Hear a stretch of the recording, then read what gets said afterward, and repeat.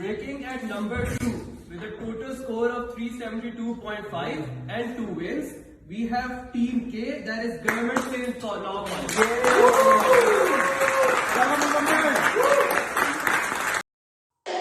Committee of ESIR, which is monitoring body of ICSIR to Pakistan, is the second. For the second semi-final, that was between Government Sales Law College and Indian College of Law. And the finalist is Government Sales Law College. Oh my God! Show your expressions. Oh man, show your expressions, please.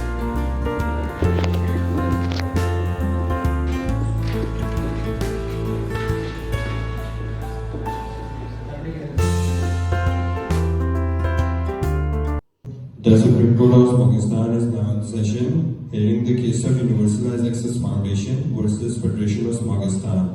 Honorable judges are Barrister Salman Safdar, President of the benches were Sheila Qureshi, Isam bin Haris, Hafsa Ahmed, and Barrister Asad Rahul.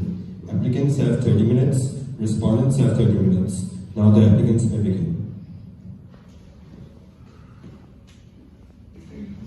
Councils, before we resume the hearing, could the court staff please remove the bouquet from here for clear view of the audience? And secondly, if you could make sure that your mobile phones are switched off and there is no disturbance during the course of court hearing. Thank you.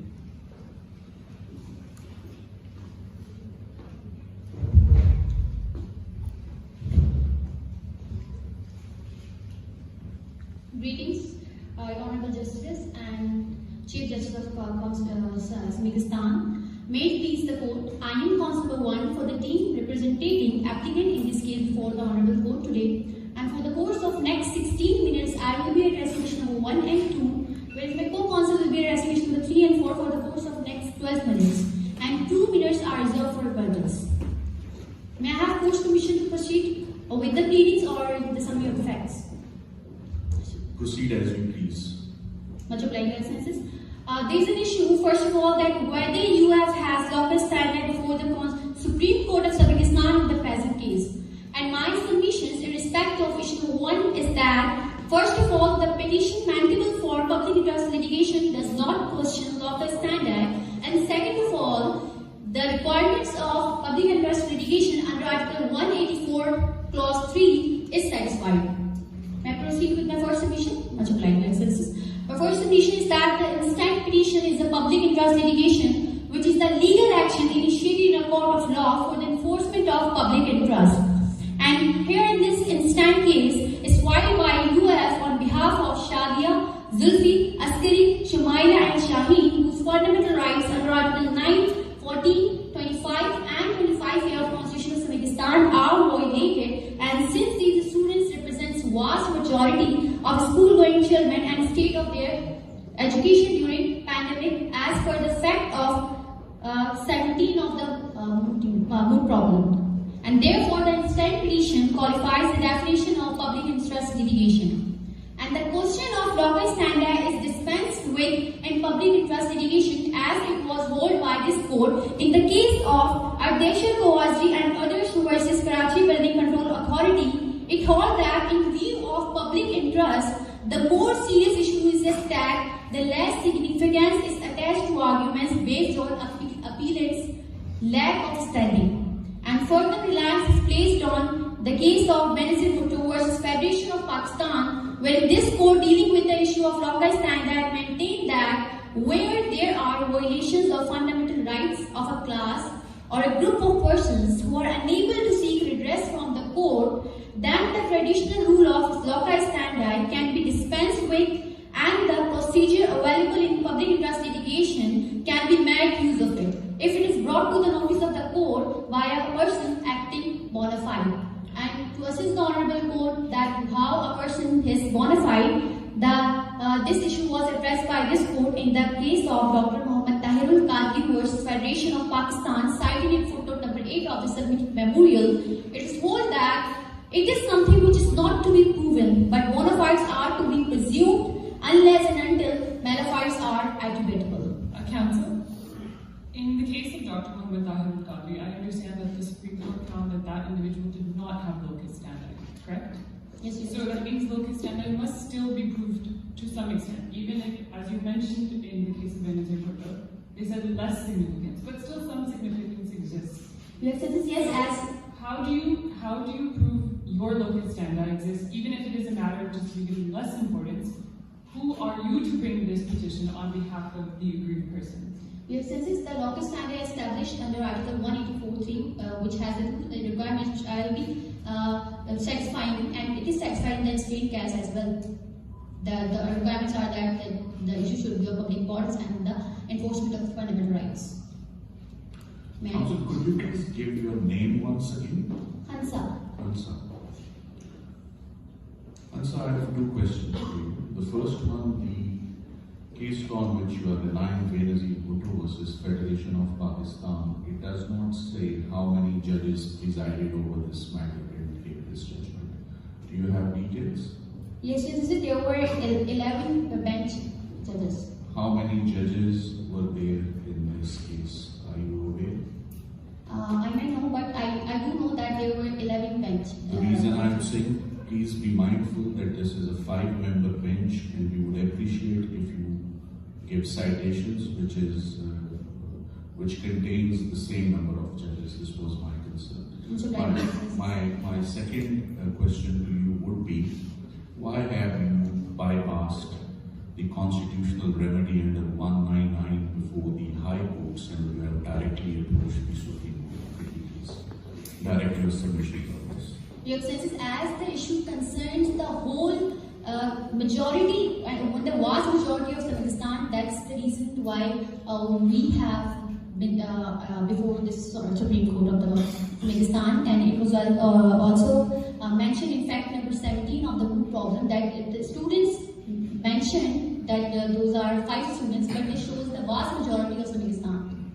May I proceed? Much obliged, Your Excellencies. My second submission in respect of issue number 1 is that the requirements of Article 184.3 of the Constitution of Uzbekistan have been satisfied.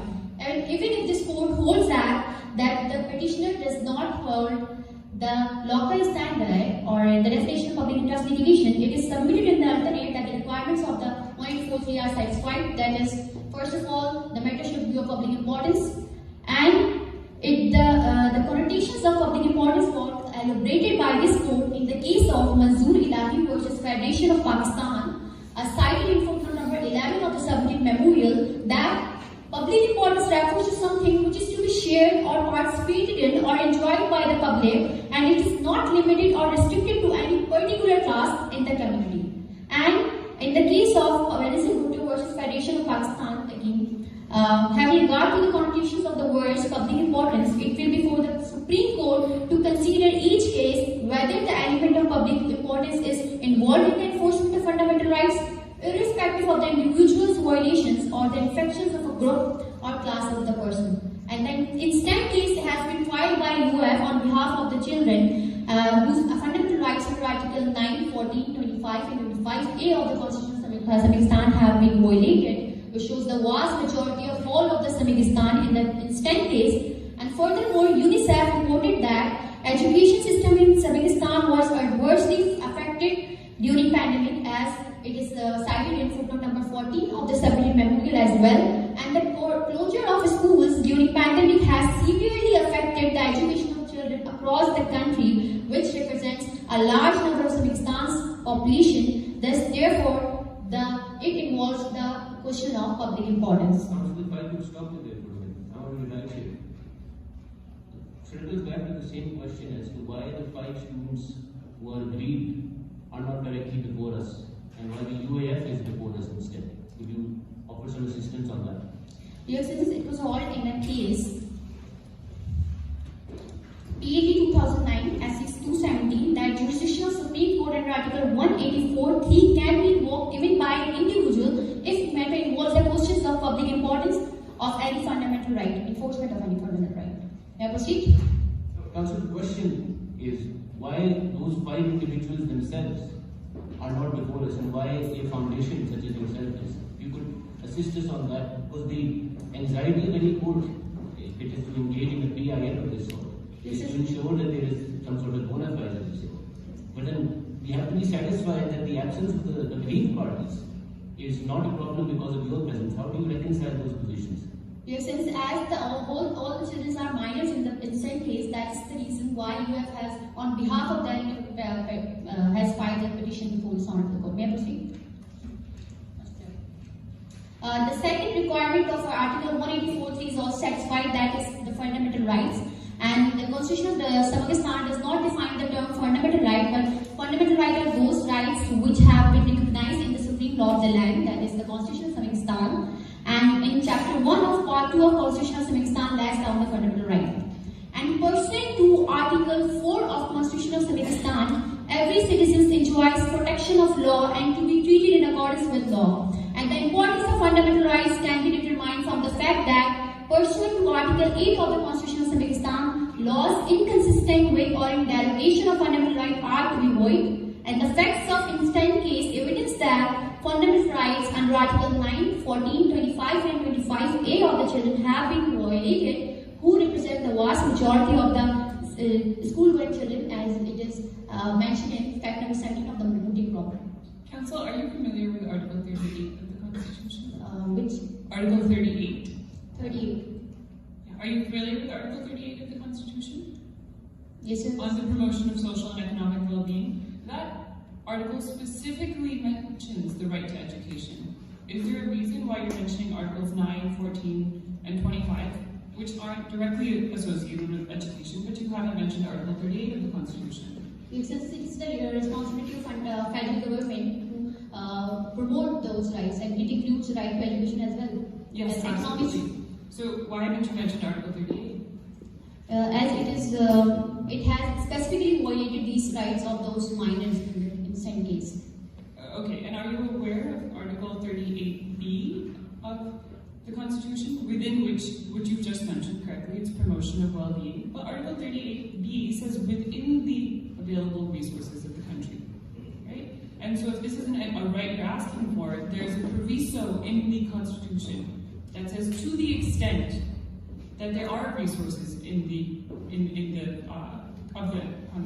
country under the Constitution. So their argument, I understand the respondent's argument, is that this is not within the available resources. So how do you argue that this is a fundamental right for which there are available resources? Because firstly and foremostly, the article you have mentioned is not a fundamental right. That's why it cannot be invoked before this honorable court. Much obliged, Your Excellencies. May I proceed to my second issue? Yes. Much obliged, Your Excellencies. The second issue is that whether a right to internet access is a fundamental right under the Constitution of Pakistan. And my submissions in respect of issue number 2 is that, first of all, right to internet access is a fundamental right under the Constitution of Pakistan. And second of all, international guarantees can be read into the Constitution of Pakistan in the absence of domestic legislation. So moving towards my first submission, that is fundamental rights includes those which have been judicially interpreted by this honorable court. And in the case of Shaila Zia versus Wagda and others, this court extended the scope of Article 9 of Constitution beyond its explicit language and held that the right to life guaranteed by Article 9 of Constitution of Pakistan included the right to a healthy environment. And this court justified this interpretation by if I could pause you there. You mentioned and you've relied quite principally on Shaila Zia versus Wagda and others, and you've stated, and you just said at the rostrum as well, this court extended the scope of Article 9 of the Constitution beyond its explicit language and held that the right to life guaranteed by Article 9 included the right to a healthy environment. Is it not the respondent's case that they are doing everything within the limited means to ensure a healthy environment, and would granting you this relief not actually compromise such a situation? Since as the instant case is filed before this honorable court, because of the children are showing the vast majority of whole of the Pakistan, that's the reason we are here before the Federation. Yes, but how does affirming your relief lead to a healthy environment as in the light of the Shaila Zia judgment? It was also held that education is the bare necessities under Article 9 also includes education, proper health, and my children and you have you submitted? The bench has been submitted by. No, but my question remains, if your relief is granted, will this not affect public health in a way that is detrimental to these students that you are representing via your organization? Your Excellencies, we are arguing that the internet access should be available throughout the Uzbekistan, and it is not that the Honorable Court should direct to open the schools or education institutions. We are arguing that there should be internet access available throughout the country. The reopening of schools with SOPs, this is in your memorial, no? Yeah. This is the remedy. Yes. So is this not a remedy you want? This remedy we want, but that with SOPs, this is mentioned there. No, thank you. Much obliged, Excellencies.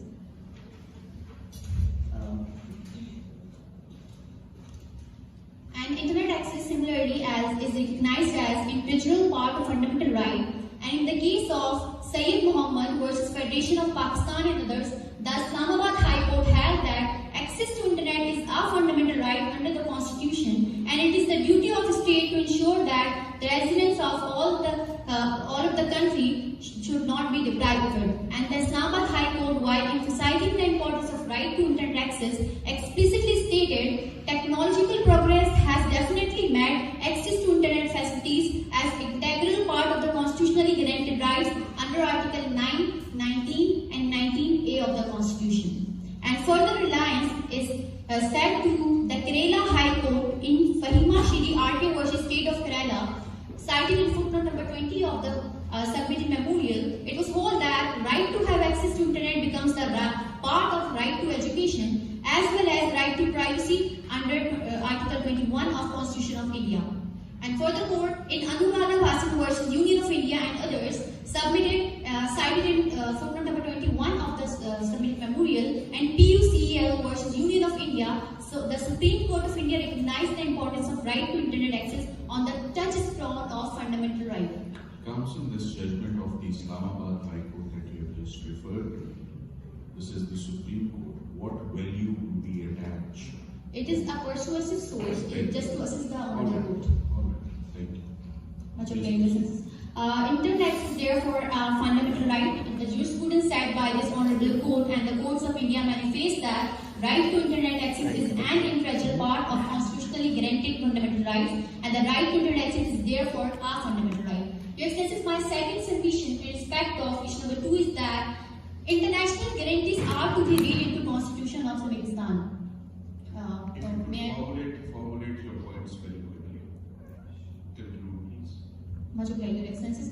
The international guarantees can be read into fundamental rights guaranteed under the Constitution of Uzbekistan, as internet to access is a grey area of law and there is no domestic legislation particularly. And it was held in a case by the Supreme Court, Ms. Najib Zara Limited versus the Government of Pakistan, cited in footnote number 23 of the submitted memorial. It was held that we are of the view that nations must merge with the international community and the municipal law must respect rules of international law even as nations respect international opinion. The Committee of Nations requires that rules of international law may be accommodated in the municipal law even without express legislative sanction, provided they do not run into conflict with acts of parliament. And similar instance was taken by Kerala High Court in the case of Fahima Shiri RK versus State of Kerala, cited in footnote number 24 of the submitted memorial. It was held that the international conventions and norms are to be read into fundamental rights guaranteed in the Constitution of India, and in the access of enacted legislation occupying the fields where there is no inconsistency between them. And in international law, and the Committee of ESCR, which is the monetary body of ECSR, to which Uzbekistan is a signatory, has categorically stated that the education must be physically or economically or online, have to be accessible via some modern technology, which, considering the present circumstances, is the need of an hour. And the UN Special Rapporteur on Freedom of Expression submitted his report to the UNGA and declared that access to internet is a fundamental right as a human right, cited in footnote number 626 of the submitted memorial. And the Charter of Human Rights and Principles for the Internet also recognize the right to use the Internet for education. Thus, the right to Internet access is recognized under international law in the present circumstances, and even if this court holds that right to Internet access is not a fundamental right, it is submitted in the alternate that international guarantees can be read into fundamental rights in the Constitution of Uzbekistan in the absence of domestic law, as I have mentioned the case of Najib sir. The next two, if the Honorable Court has no query, my co-counsel will be addressing. Thank you very much for your assistance. Much a pleasure.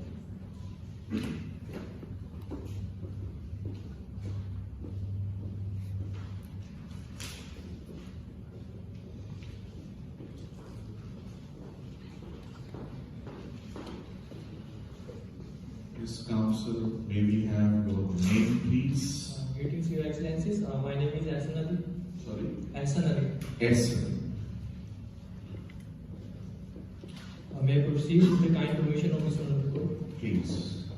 Much obliged, Your Excellencies. The third issue concerns whether the lack of internet access constitutes a violation of fundamental rights under the Constitution of Uzbekistan.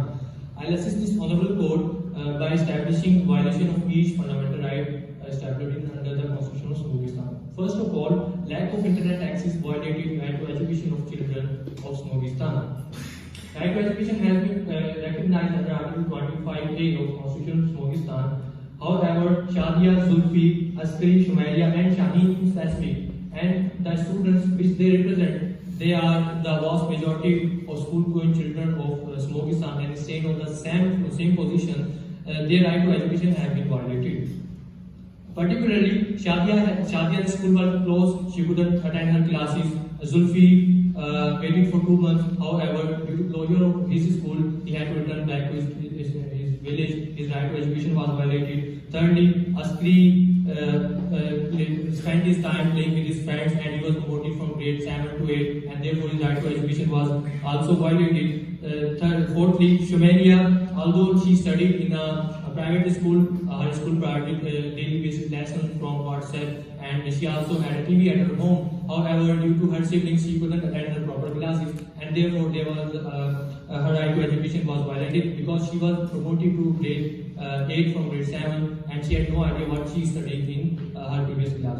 And lastly, Shaheen, she was a disabled person, although she studied in late school. However, she experienced a lot of problems while accessing the virtual platform that was dedicated by her school. Secondly, lack of internet access also violated right to difference. Counsel, if I can just ask, the examples that you just quoted, in one of these examples you mentioned yourself that this individual, I think it was Shumaila, who had access to both internet and a television in her home, but she couldn't complete her education because of her siblings. What, if your belief is granted, how does her situation change? She has internet access, she has access to the television. What do you propose that the Federation of Pakistan could do in this situation? Thank you for the question, Your Excellency. Internet access includes to provide equipments digital equipments by which the students can access internet. Because throughout Uzbekistan there are various families, there are various students who do not have access to mobile phones, which is the main source to use internet. They do not have access to TV, which is the main source for every initiative taken by the federal government. And so, without Counsel, am I supposed to interpret your prayer as a prayer rather than right to access to internet? It should be access to a mobile phone for every individual. It includes the providence of digital equipments as well. Thank you, Your Excellencies. Moving towards my second point, that is lack of internet access. Counsel, one short question on the same point. Shadia, Zulfi, Askari, Shumailia, and Shaheen, these are separate individuals with their own facts, possibly different causes of action, as you slightly alluded to right now. How are you extrapolating this into a question of public importance? Your Excellencies, public importance means an issue which involves public at large. These 5 students, although they are just limited 5 students, but they represent vast majority of school-going children of Uzbekistan. If you go through the Moot problem, fact number, I would like to bring into the attention of this Honorable Court to note the fact number 5, which says that Uzbekistan passed provincial laws to govern their respective legal responses. It means that the situation was not only limited to Zalor or Setabad, but it was throughout Smogistan, and therefore these 5 classified group of children, they represent a vast majority of school-going children, and therefore there is an element of public importance. May I proceed further? Thank you, Your Excellencies. Lack of internet access also violating right to equality, which has been incorporated under Article 25 of Constitution of Smogistan. I rely on the case of Northwest Frontier Province Public Service Commission cited in footnote number 36 of submitted memorial, which says that all persons are subject to law should be treated alike under all circumstances and conditions, both in privileges and in the liabilities imposed. If my researcher can please cite the case law mentioned in footnote number 36, NWFP. The court also held in the same case that the guarantee of equal protection provides in that no person or class of persons shall be denied the same protection of law which is enjoyed by other persons or other class of persons under same circumstances. However, in the instant case, Shadia, Zulfi and Asri, they had access to internet, but on the other hand, Shumailia and Shaheen, they had no internet access. This violated their right to equality under the Constitution of Smogistan. Additionally, Article 25 Clause 2 of Constitution of Smogistan also provides for equality on the basis of sex. There shall be no discrimination on the basis of sex. However, in the instant case, Shumailia also she had access to WhatsApp as well as TV, but since her brother used to use mobile all time, and therefore she couldn't attend her classes through WhatsApp, and therefore there was discrimination in the instant case as well. Moving towards my second submission, moving towards my second violation, that is lack of internet access violating human dignity as well, which has been guaranteed under Article 14 of Constitution of Smogistan. Your Excellencies, the case cited by my co-counsel, which was Shailazia versus Wagda, it says that in that case, the Honorable Supreme Court of Pakistan read Article 9 together with Article 14 and held that there must be certain bare necessities to protect the right of life, and those bare necessities include education as well. And without education, a person cannot have a dignified and a comfortable life, and therefore, due to lack of education, their right to human dignity under Article 14 of Constitution of Smogistan was also violated.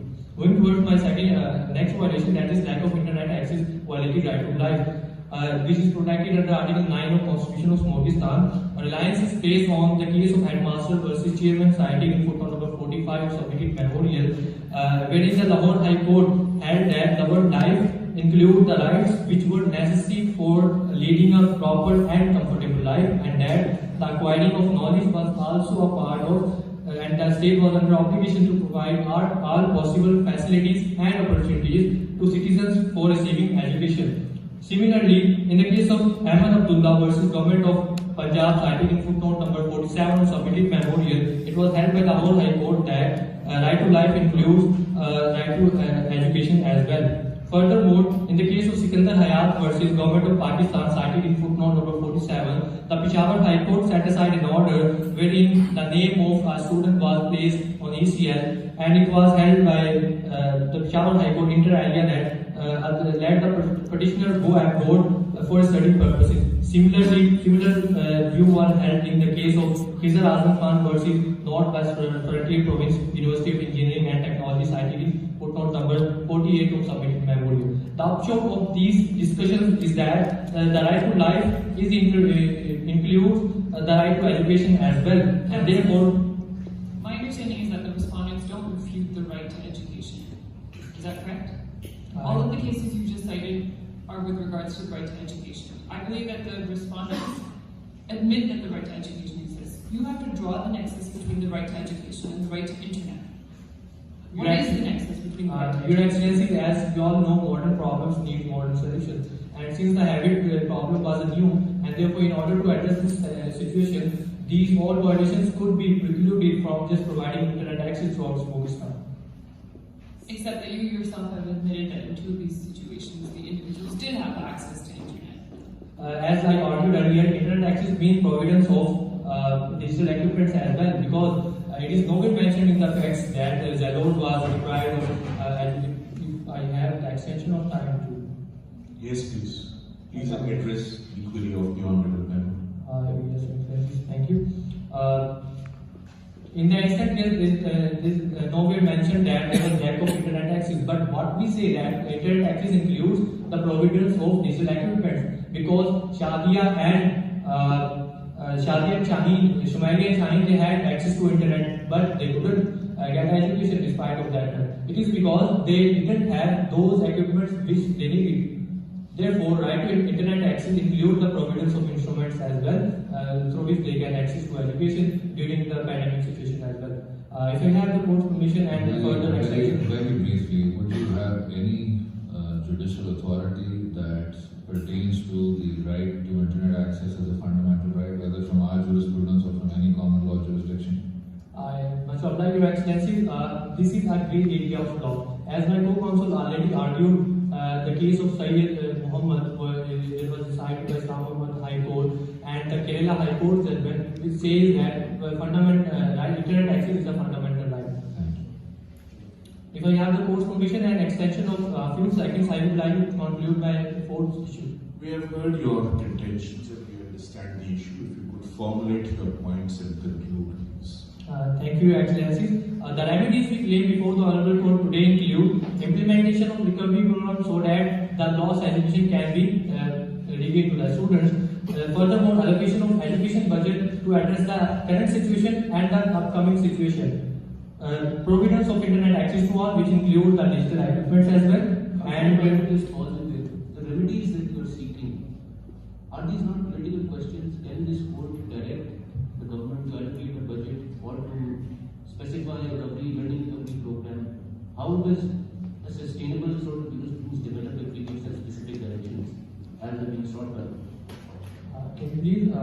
My question is this not within the political domain? The sort of remedies that you are seeking are extraordinary in the sense that you are asking us to allocate a budget, you are asking us to implement a very specific learning recovery program. Is that not a matter on which we should defer to the government? It is admitted, Your Excellencies, but even in previous cases, the Honorable Supreme Court has directed the executive and even the legislative to wherever they have failed to perform their obligations under the Constitution of Pakistan. The Honorable Supreme Court of Pakistan under Article 184 Clause 3, which can be read together with Article 199 of Constitution of Pakistan, which includes a certain this Honorable Court can pass certain directions to public functioning bodies who fail to establish their fail to perform their obligatory duties.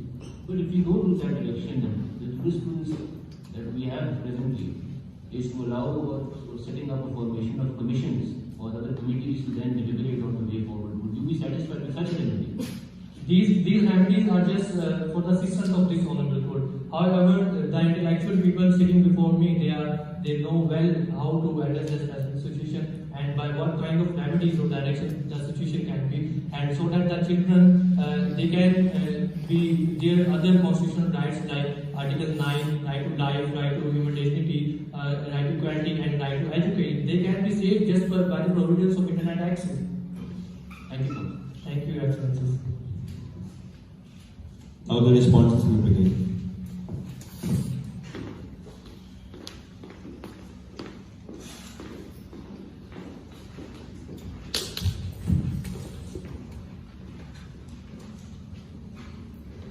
Counsel for the respondent, please state your name.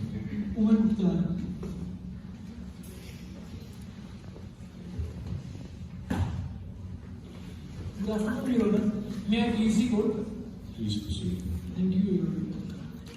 Your Honor, it is my sheer privilege to represent myself on the behalf of respondent, and I am a leading counsel on the behalf of respondent, and I will be addressing issue number 1, and for that purpose I will reserve 30 minutes, and my co-counsel Shahyar Pani will be addressing the rest of the issues, and for that purpose he will reserve 15 minutes, and we will reserve 2 minutes for the rebuttal. So, Your Honor, now coming towards the first issue, that whether the UAF... Counsel, take all the time in the world. This bench has specially assembled to hear this important matter. This is a concern for the whole nation. Take your time. Sure, Your Honor.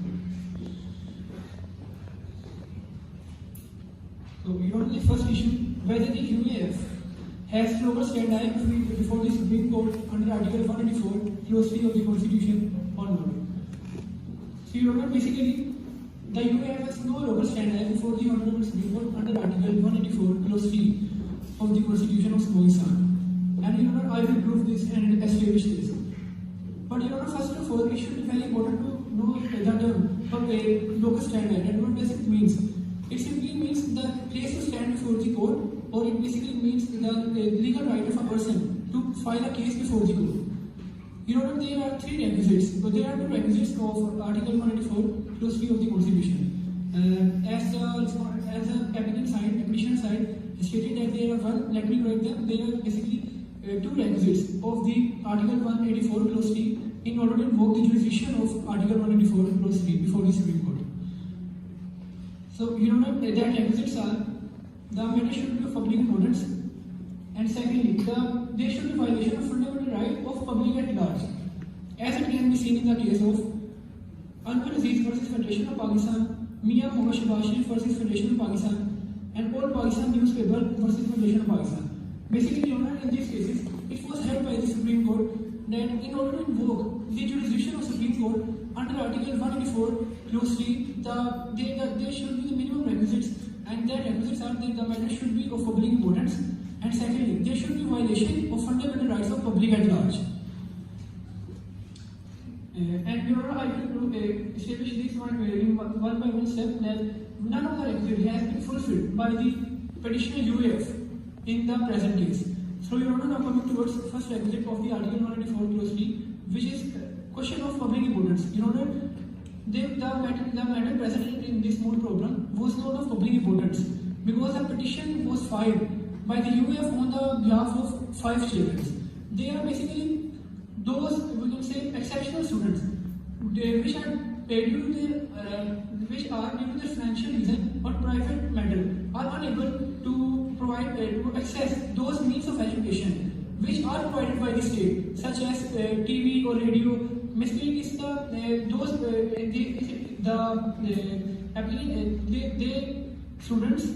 these 5 exceptional students are those who are unable to purchase those means of education just because of their financial condition or private matters. So that is not a matter of counsel. Are you suggesting that these are the only 5 students who are struggling to have access to education at this time? You're using the term exceptional. Are you implying that these are the only 5 students who are in this situation who don't have the financial resources to access it? Your Honor, as the petition was filed on the behalf of these 5 children. So basically, they are very less in number, or we can say. So, counsel, would you suggest that they find every single student who is unable to access their education, and then they can file, then they will have the local standard? Basically, Your Honor. Here, let me reframe my question. Could there be other students who are in a similar position to these 5 students? Yes, sir. Yes. And do you suggest that perhaps the majority of the country, or are you saying that only very few proportion of this country lacks financial resources? I want to say that very few portion of the country who are unable to basically the state provides the means of education, and the internet access is not the only means of education. The state provides other means, such as the state provides other means like when the lockdown was imposed. Since the lockdown was imposed, he provided other means such as radio, television, and telecommunication, and many various platform communications in order to protect the fundamental right to education of the students. And Your Honor, furthermore, it is not the duty of the state to provide those means, such means of education, such as TV, radio, specifically to each individual of the state. So that's why it is not a matter of public importance. So in this way, on this basis, the petitioner UF does not fulfill the first requisite of the Article 184, Clause 3 of the Constitution. Now you want to come towards second requisite, which is that there should be violation of fundamental right of public at large in order to invoke the jurisdiction of Supreme Court under Article 184, Clause 3. But Your Honor, if we see in our case, there was no violation of any fundamental right, because Your Honor, it will be established on my co-counsel that the right to internet access is not a fundamental right even in itself, because it is not declared anywhere, especially in any constitution of the Pakistan or in any law of the Pakistan. So basically, how it violates then the other constitutional fundamental rights. So that's why it not violate there was no violation of fundamental rights of public at large. And furthermore, Your Honor, it is mentioned in the context of Article 184, Clause 3, that the violated fundamental right should be and shouldn't in the context of Article 184, Clause 3, in the Chapter 1 of Part 2 of the Constitution. So basically, the petitioner also lacking this context, this part of the context, and does not fulfill the requisite of the Article 184, context of the Article 184, Clause 3, in mentioned in the Chapter 1 or Part 2 of the Constitution. So, Your Honor, on this basis, the UAF has there is basically no violation of any fundamental right, and the UAF does not fulfill the second requisite of the Article 184, Clause 3, in order which should be fulfilled in order to invoke the jurisdiction of Supreme Court under Article 184, Clause 3. Counsel, if schools are shut down and you are saying that right to internet access does not fall within that overall ambit, is this not a violation of Article 25A? Basically, the schools are shut down due to there is an epidemic due to the break of epidemic. So it is basically the necessity of that necessity of the time to shut down the schools in order to save the other fundamental rights, such as right to life, for the public and security, for the safety and security of the public, in order to secure the fundamental right of the ensuring the constitution of the public. So you're suggesting that these are exceptional circumstances when we have yes, closed schools and 25 is not violated. So why is not the responsibility of the state to provide exceptional things and exceptional facilities to the students so the right does not violate? Much advisory, Your Honor, but as it is mentioned in the Article 38, Clause B of the Constitution, shall I read? Which states the state shall provide for all citizens within the available resources of country facilities for work and adequate livelihood with reasonable rest and leisure. Your Honor, it is clearly that mentioned in the Article 38 Clause B that within the available resources of the country. And if you see in our case, in our present problem, the country was a developing country.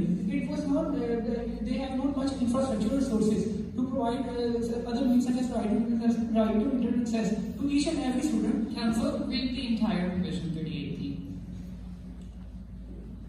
It states the state shall provide for all citizens within the available resources of the country facilities for work and adequate livelihood within reasonable rest and leisure. Yes, this is a proviso specific to work and livelihood.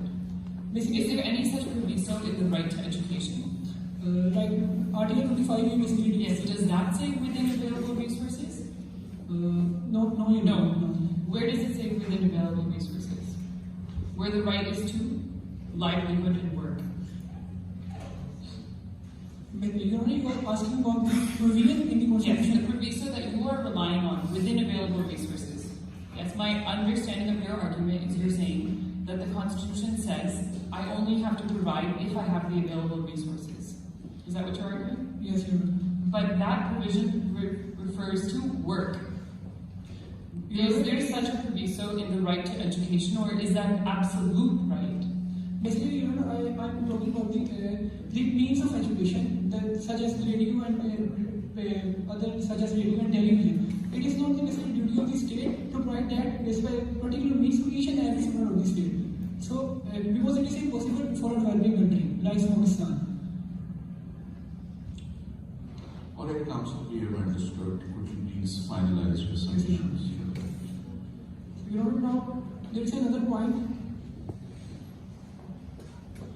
So now there is another point, which is forum and remedy. Your Honor, it is mentioned in the case of Mia Mubashir versus state that it has been laid down in this precedent, in this case by the Supreme Court, that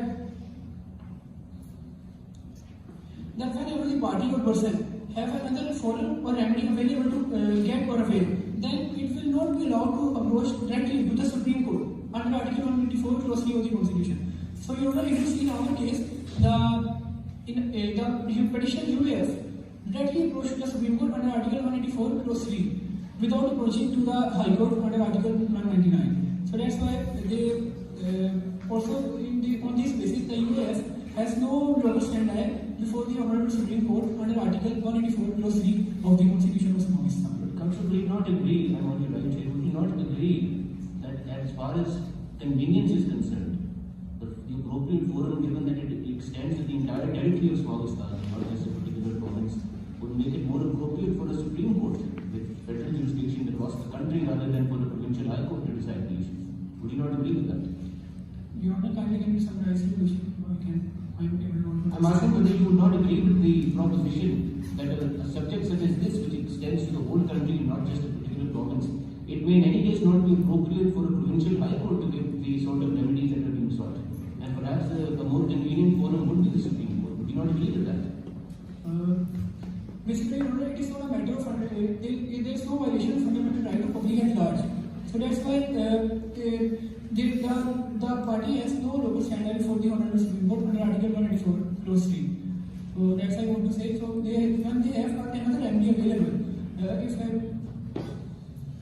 if they have another remedy available under Article 199 of the High Court, so before the High Court, so they should go to the lower level forum. They should not be allowed to approach directly to the Supreme Court. But you suggest it's a pandemic. If it's a pandemic, then how is it is not affecting public at large? I just don't understand that. And also, you just have some assistance from one of your team members. Could you please look at that and state what is the reply concern raised by Much obliged, Your Honor. member judge? Yes, please.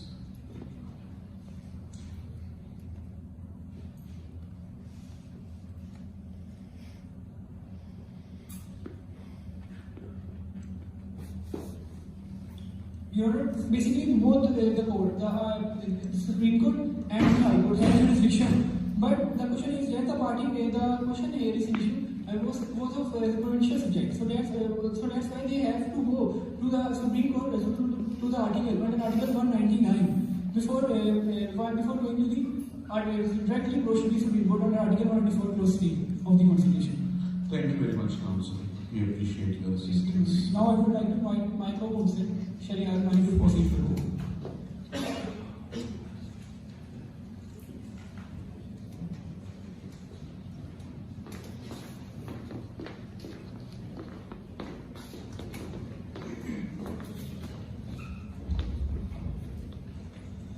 May I please the court? May we know your name, please? My name is Sharia Armani, Your Honor. And what do you have to say today?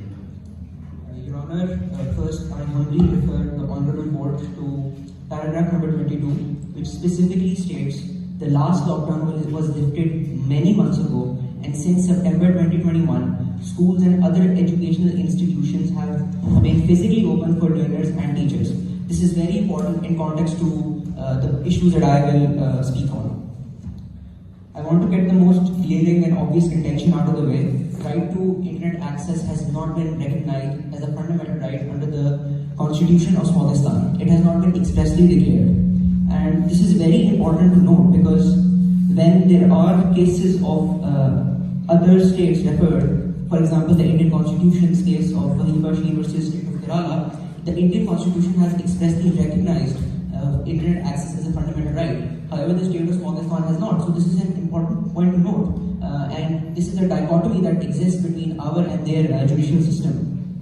I would also like to refer to the case of Sayyid Mahmood Akhtar. Sorry, Councillor, could you just push the mic down a little bit? I'm sorry. Is it okay now?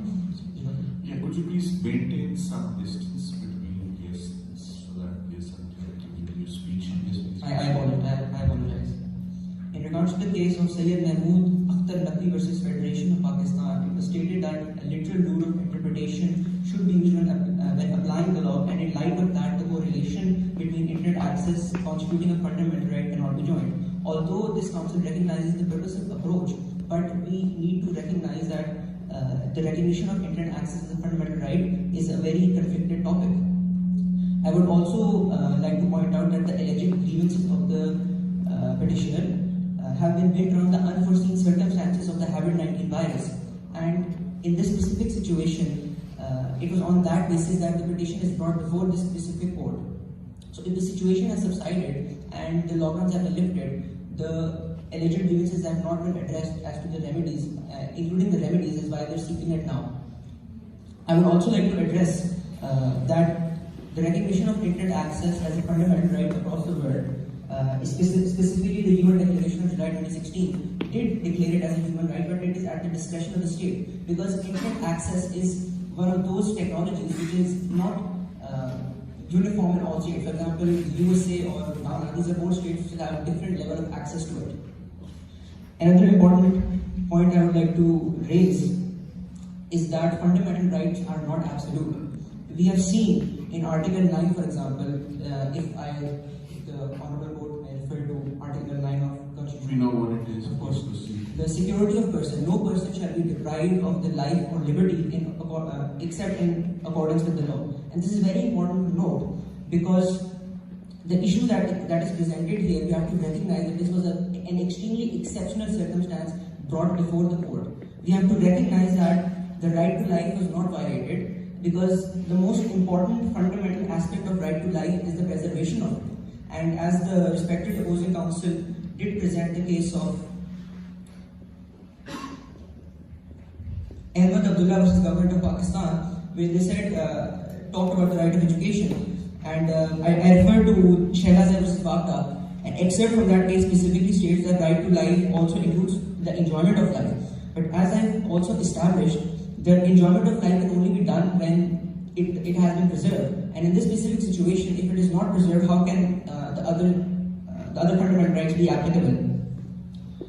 I also refer to the Epidemic Diseases Act of the Sunset of Infectious Diseases Act of 2020, which laid out that specifically that lockdown can be ensued. It is a given that in an emergency situation such as this, the need of the hour is to impose such laws as will meet for the protection of the people itself. We know that if a lockdown is imposed, it will directly be in conflict with your right to assembly. So it is a given that the right to education and your other fundamental rights will be affected if the preservation of life is to be maintained. I would also like to refer to the Honorable Court to paragraph number 19, which specifically states that the government did take measures such as the inauguration of a dedicated teleschool and a radio school for students to access learning material from home. We also have to see that Federal Ministry of Education in Pakistan has introduced vast range of edtech platforms to provide students and teachers with educational content while lockdown ensues. So this shows that the government did make all the efforts that it could with the means and resources it had at hand.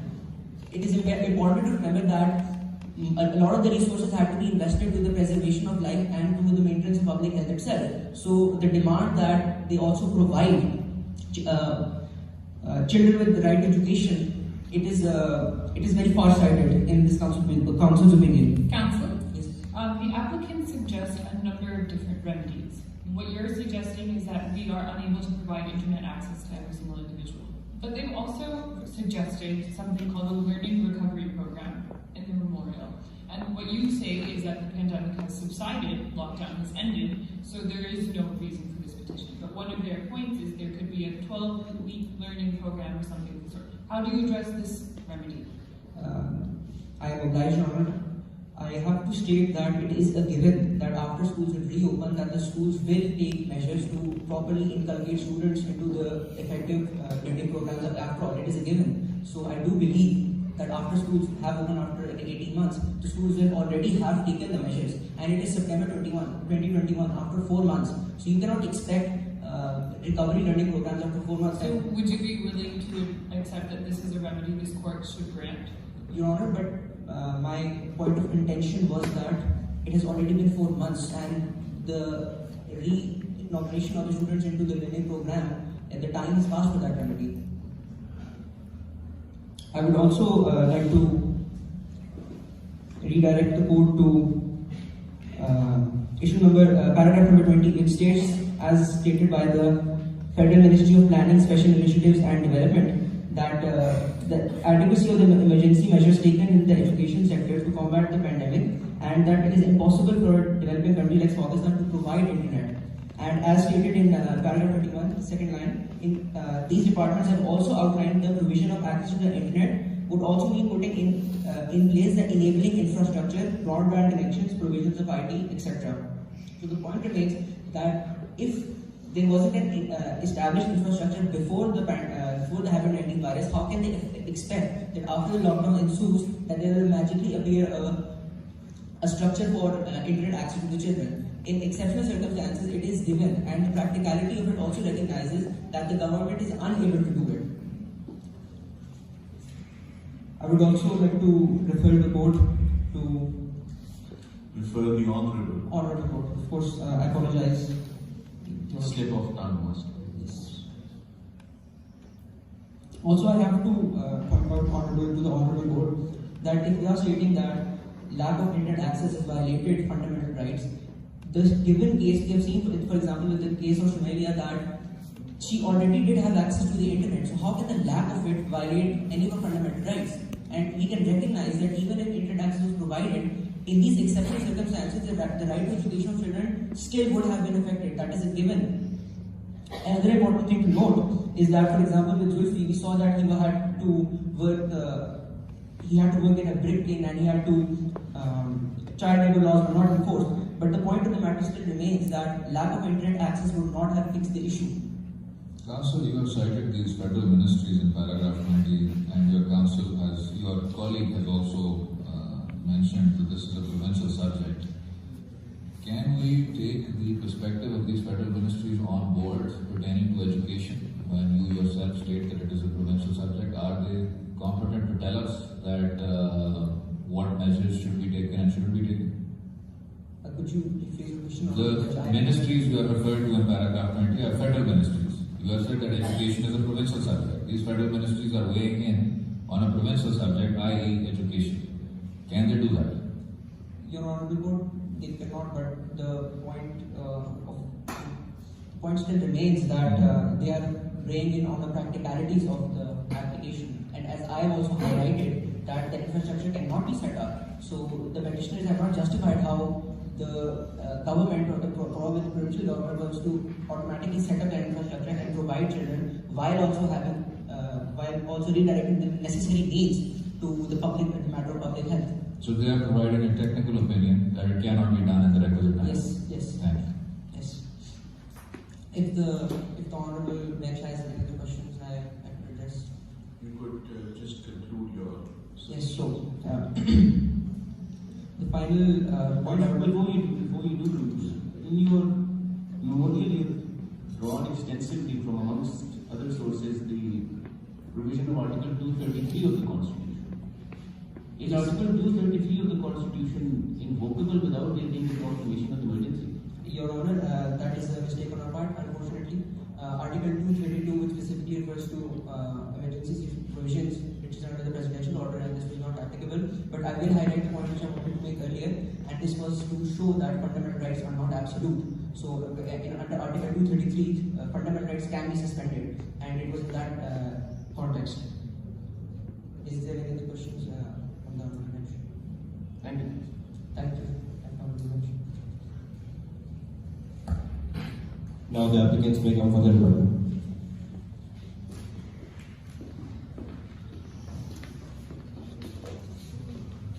Yes, could you be very precise in your rebuttals? Sure, Your Excellency, I will try my best.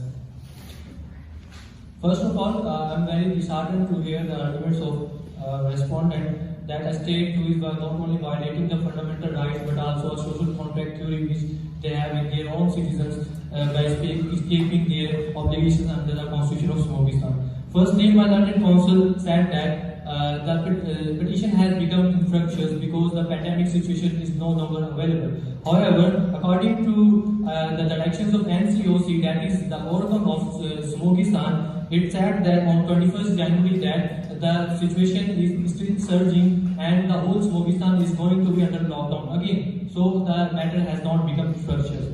Secondly, education is a provincial subject that has been argued by my learned counsel. It is admitted that education is a provincial subject. However, the reliance is placed on opinion of Wazir Rafiq and another scholarly opinion that has been cited.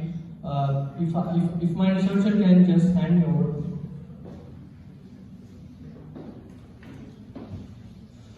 And a research paper is published by the Pakistan Institute of Legislative Development and Transparency. This board document justifies that the enforcement of the 25A of Constitution of Smogistan, the federal government cannot escape its obligation under said article. Council, could you confirm that this is also cited in your memorial? It has not been cited in the memorial, however, we are just arguing for the sake of answers and rebuttals. Thank you. Furthermore, my learned counsel argued that other remedies should have been invoked. However, if you just bare read Article 184 Clause 3 of Constitution of Smogistan, it doesn't require the exhaustion of alternate remedies or other remedies. Further reliance is placed on, if I have extension of time to assist counsel. Further reliance is placed on the case of Sherwani versus Government of Smogistan, wherein the Honorable Court held that this Honorable Court is competent to entertain a constitution petition if it considers that a question of public importance with respect to enforcement of fundamental rights is involved, notwithstanding that there might be an alternate remedy. Therefore, without considering the fact of alternate remedy, jurisdiction under Article 184(3) can be invoked. Furthermore, my learned counsel argued that Europe has not established, they have just tried to mislead the Honorable Court by citing that these were exceptional circumstances or unforeseen circumstances. However, it is the obligation of the state to allocate a specific budget to address these kind of emergency provisions despite of just violating their fundamental rights. Furthermore, my learned counsel also argued that it is up to the availability of resources. However, for the sake of rebuttal, we rely on the case of Octavia P. versus Gilhold, wherein the Honorable Court held that in the light of Article 25A, the Court held that the state could not escape its constitutional obligations on the pretext of budgetary constraints. As the right to education was justiciable under the Article 25A of Constitution of Smogistan, and school could not be closed without providing alternate educational facilities, that is the right to internet access. They might have provided internet access in these exceptional circumstances. Furthermore, my learned counsel... Furthermore, please. Could you please give your last point and your time is over. Pattern practice, much obliged. My learned counsel also argued that there was providence of education through radio and TV, but not every student had access to radio or TV. And even those who had, they were discriminated, like in the case of Shaheen and Shumalia. And with this, I rest my case before the Honorable Judge. Thank you. Now the respondents may come to Sir Gordon.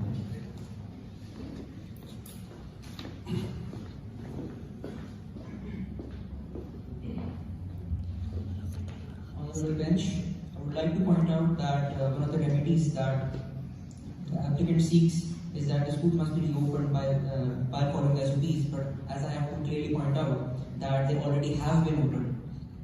Another important thing to note is that they have failed to recognize the value of right to life, and they kept reinforcing the importance of right to education. But as previously highlighted, that right to education can only be maintained along with all the other 18 provisions of the fundamental rights if the preservation of life is done by the state. And their requirement of devices being provided to the children along with all of the internet access, it seems not only impractical, but if a person is unable to get access to the internet, how is it that the state will also provide mobile devices or laptops? If for example, the state of Smogistan has a population of 230 million, even if we state that 50% of people have access to the internet, how can the petitioner expect that over 100 million people, for example, will be granted access to the internet and provided devices? So on that fact, this remedy does seem frivolous.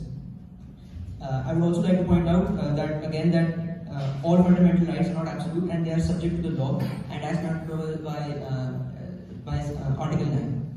That is all. Thank you. Thank you.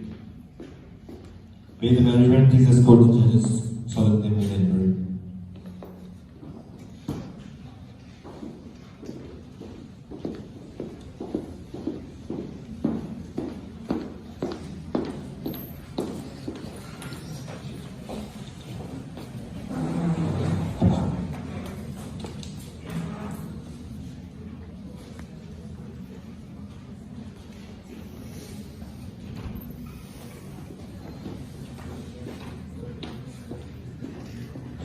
So for the result, it's a 4-1 split decision, and that goes to the applicants, that is team. For respondent, we have Team Code K, that is Government Sindh Law College.